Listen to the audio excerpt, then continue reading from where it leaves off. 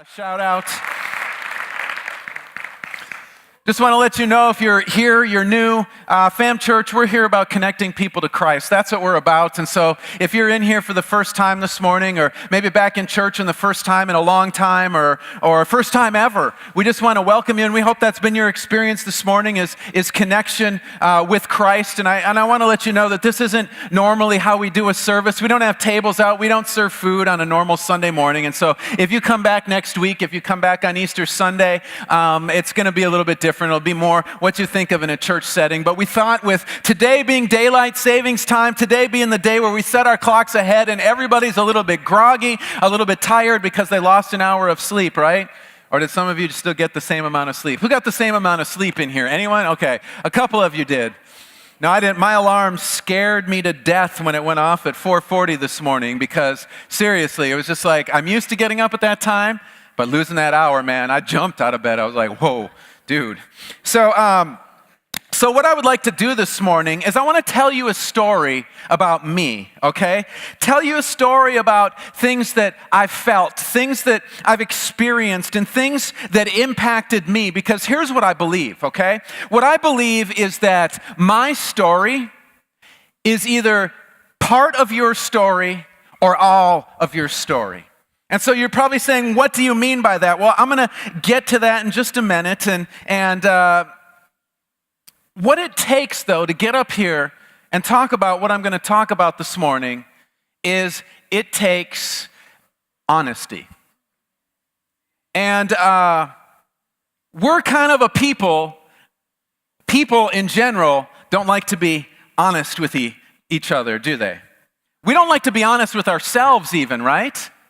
I mean, we don't like to be honest with ourselves and look at our life, look at our situations, look at who we are, and really say, what would somebody on the outside of this say if they looked in at my situation? Instead, we like to look at ourselves and look at our lives and say, man, I'm amazing, I'm great, I'm awesome. Well, what this message entailed of me this morning was going and looking at my life and saying, maybe I'm not as awesome as I think I am.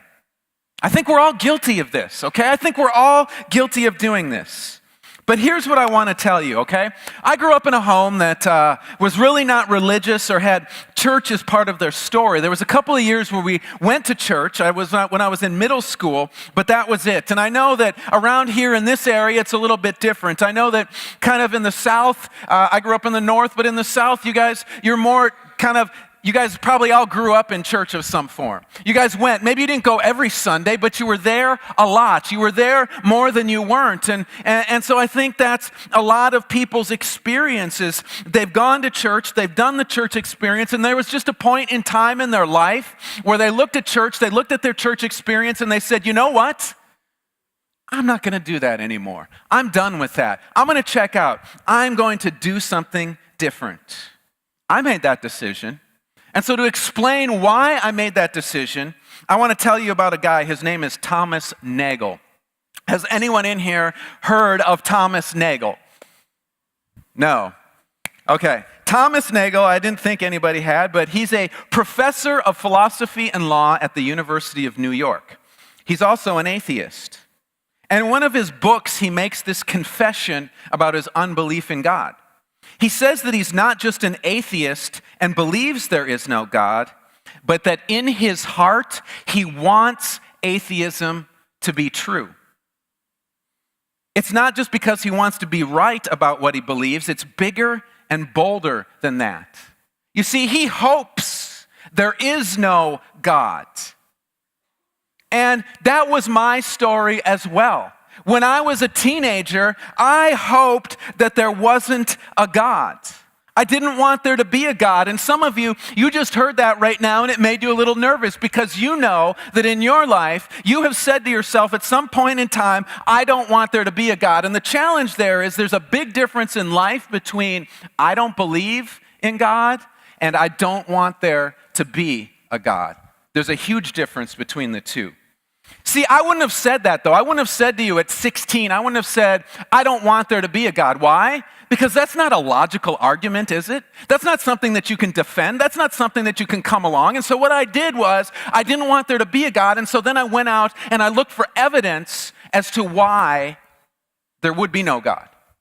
And so I took what I wanted to believe and created a system around my beliefs because I didn't want there to be a God.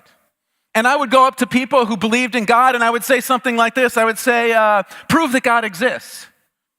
And a smart person would have said back to me, prove that God doesn't exist. Because we have to understand that both of those arguments are equally impossible to prove.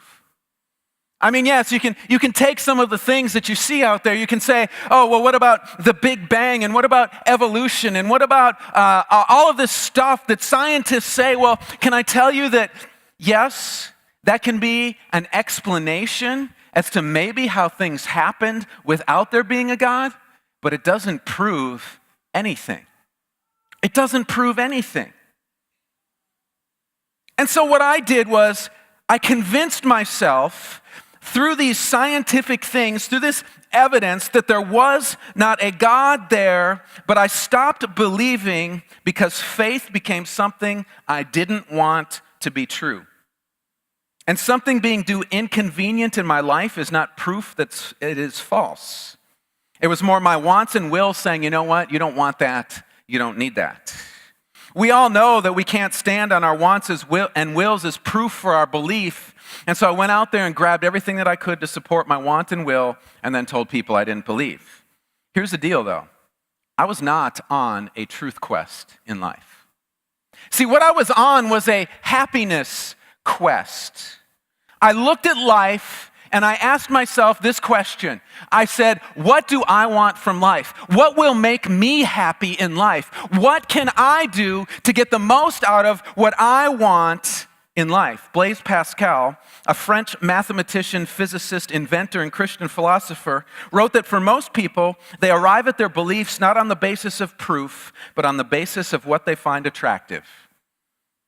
I looked at life, saw what was attractive to me, and adjusted my worldview accordingly. And anyone who would try and inject truth that I didn't like into my worldview, I had no place or time for it. And this is why I think I walked away from God, Jesus, in the church. Because there were so many things that went against the things that I thought were going to make me happy. And I didn't want anyone to come along and mess with those things. And so I was like kind of trying to avoid those situations, trying to avoid that stuff. But do you know what avoiding that kind of stuff really is? It's a fear. I was afraid. I was living my life in fear that God was going to interfere with what I wanted from my life. That was my fear. I wanted to be happy, and I knew that God would interfere with what I thought would make me happy. And there was 3 things that I realized about God and following Him that I'd have to come face to face with if I believed in God, and those things scared me. And the first one is this, that if the God revealed in the Bible is there, then all of us, including me, are guilty. What are we guilty of? We're guilty of sin. What is sin?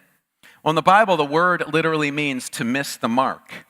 And so I kind of think that a lot of people, when you say that, will have this picture in their head, miss the mark. So we put a target at one end of the church, and we put somebody with a bow and arrow or a gun at this end of the church, and we tell them to hit the target down here. And so what they'll do is they'll stand down here, and they'll line up their bow at the target and try and put it right in the center. They'll line up their gun to try and hit the center, and they'll fire. They'll release the string, and the arrow will come flying. The bullet will come flying at the target.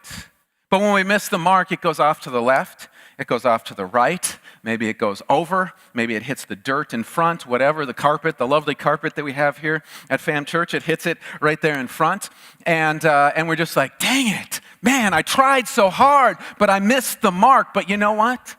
That's not the picture of sin in the Bible. Instead, it looks like this. Has anyone seen the 1981 movie Stripes?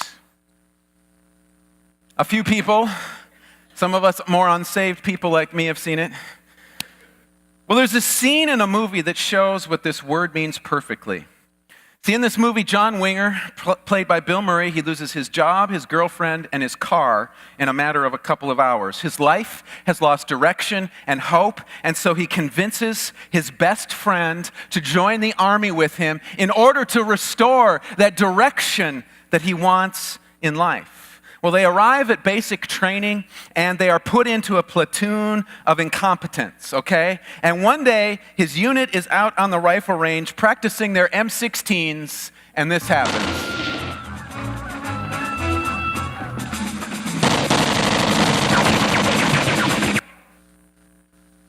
So, here is our man. He's there with his gun down at the target.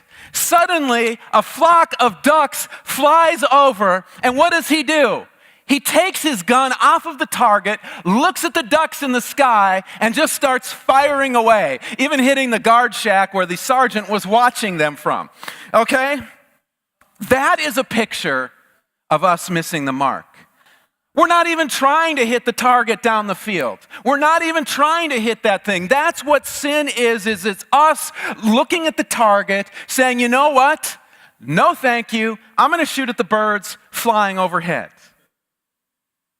And that's who I was. I wasn't trying to hit the target. I was not aiming or even trying to aim at God's target, and therefore I was guilty of sin. The second thing I realized that if the God is there, then I am accountable. Accountable for what? How I live my life. If God is there, that means my life is not my own and it belongs to God. I don't want my life to belong to anyone but me. And I knew that I would have to come to grips with the fact of Jesus' call on our life. Jesus says, if anyone would follow after me, he must deny himself, take up the cross, and follow me. That doesn't sound like fun, does it? Who likes the words deny themselves? Who says, ooh, I can't wait to go out and deny myself, all kind of things?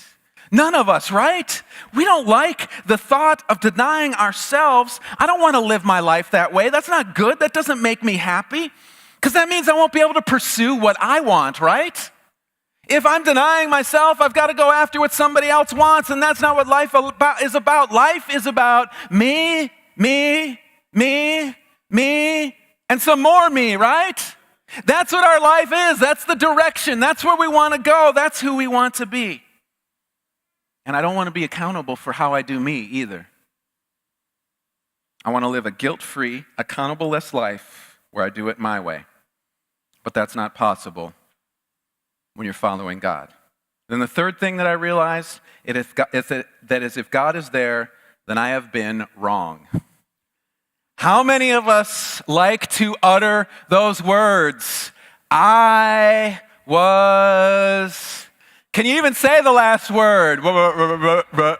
You know, we cannot admit, husbands and wives, when you get into an argument, kids and parents, when you get into an argument. Does anybody step up and say, I was wrong? No, we don't like that word, that W word, we don't like to use it. I mean, I got a great example of this. There was this guy that I used to work with years ago when I was working for Perkins, and he'd come into work one day and he was just mad. He was angry. And I said, dude, why are you so mad? What happened? He's like, man, I was in a car accident earlier today. And I said, oh, that's a bummer. He goes, yeah, but it was the other guy's fault. It was all his fault. And so I feel good because at least he's got to pay to fix my car. And I said, oh, tell me what happened. I want to hear what crazy thing this person did to cause this accident. And so here's the story he tells me. He says, I was in my driveway and I was getting ready to back out into the street to go someplace. Well, as I backed out of my driveway, a car came down the street and I T-boned him as he went past my driveway. And I said, the car was moving, it was driving on the street, and you backed into him? And he said, yeah. And I said, that's your fault. And he looks at me and he says, with a straight face, no, it's not, it's his fault. I said, how is it his fault? Well, everybody knows that when you're backing out of a driveway, the person in the street is supposed to stop and wait for you to back out before they go. I don't know where he took his driver's training course at, but you definitely don't want to take it there because that is terrible road rules right there. All right, teenagers, remember, the car on the street has the right of way when you take your test. All right, but he was convinced that he was right, the other person was at fault, but that's who we all are. We like to be right, and our pride will get in the way of us being wrong. And you know what? When it comes to God, we dig in especially hard, and we want to be right no matter what crazy lengths we have to go to, because we don't want to admit we are wrong about God. Especially if it also means that we have to admit that we're guilty and we're going to be held accountable. So we just step away from this whole God thing because it's easier than admitting we are wrong. At least that's what I did. I didn't want God, so I looked for arguments to defend my position that God was not there. And this is where I was at in life when I was 21. I denied the claims of Christ. I would have even told people that I was an atheist. And it's all because I didn't want God to interfere with the life that I wanted, with the things that I thought would make me happy.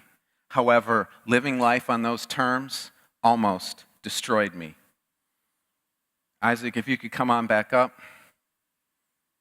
The awesome thing about this is that when we can get to the place where we realize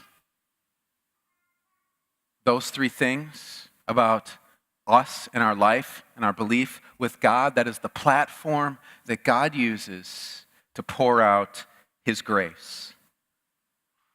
You see, it says, when I was still a sinner, Christ died for me. See, when I was still pursuing my own way, when I was still pursuing my own direction, when I was still pursuing my own happiness, my own agenda, my own plans, and my own purposes, Christ came and died for me.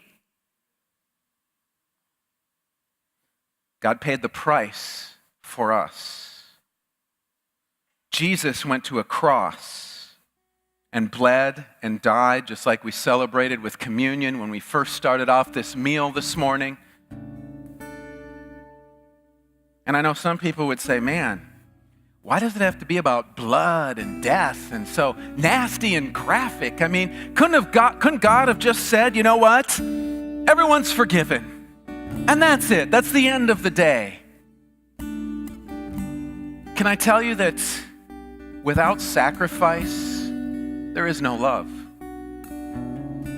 Parents, think about your children and what you sacrifice for your kids because you love them. Husbands and wives, think about the sacrifice that you make for your spouse because you love them. Think about your parents, anyone that you sacrifice for to love them. The two are interconnected. We show our love by sacrifice. We'll sacrifice our time. We'll sacrifice our talents. We'll sacrifice our money. We'll sacrifice our food. We'll sacrifice even our personal sanity or almost anything else for someone that we love. And that's why God took the route of sacrifice, because it proves how much he loves each and every single one of us in this room. He loves you so much that he willingly sacrificed his son. Jesus willingly gave up his life so that we could be free from the guilt of sin, so that we could be free from the consequences of a life lived without accountability, so that we could be free from the pride of being wrong. Jesus did all of that for us on the cross. And so with that, I want everyone who's here this morning and has walked out on God to think about my story. Think about my life. Think about where I've been. And just ask yourself the question, did you do the same thing in your life? Is that the spot that maybe you're in? Did your belief about God come after you decided that walking with God was too inconvenient for your life? Did you walk out on God after you decided that you wanted something else to make you happy other than the plans and the purposes that He had laid down for you? And I think if many of you were to be completely honest with yourself, if you were to be completely honest with who you are, you would answer that question with a yes. You would see that your choices were made because, like Blaise Pascal said, you were looking for whatever would make you happy, not whatever was true. But if we can get to that place where we're honest with ourselves and we can admit that's who we are, that's where we've been, that's what we've done, then God has amazing grace in store for each one of us that we can get a hold of, that we can walk in, that we can be set free, that we can be a new person, a new creation in Jesus. Because you know what the worst possible outcome in life would be? The worst possible outcome would be is that if we lived our lives for ourselves and we got to the end and found out that that separated us from God for all of eternity. The worst possible outcome. Just because you didn't want to be inconvenienced, just because you wanted a short-term happiness here on this earth, you missed out on an eternal happiness in the presence of God. Man, don't let your wants, don't let your wills, don't let your desires dictate your belief in God.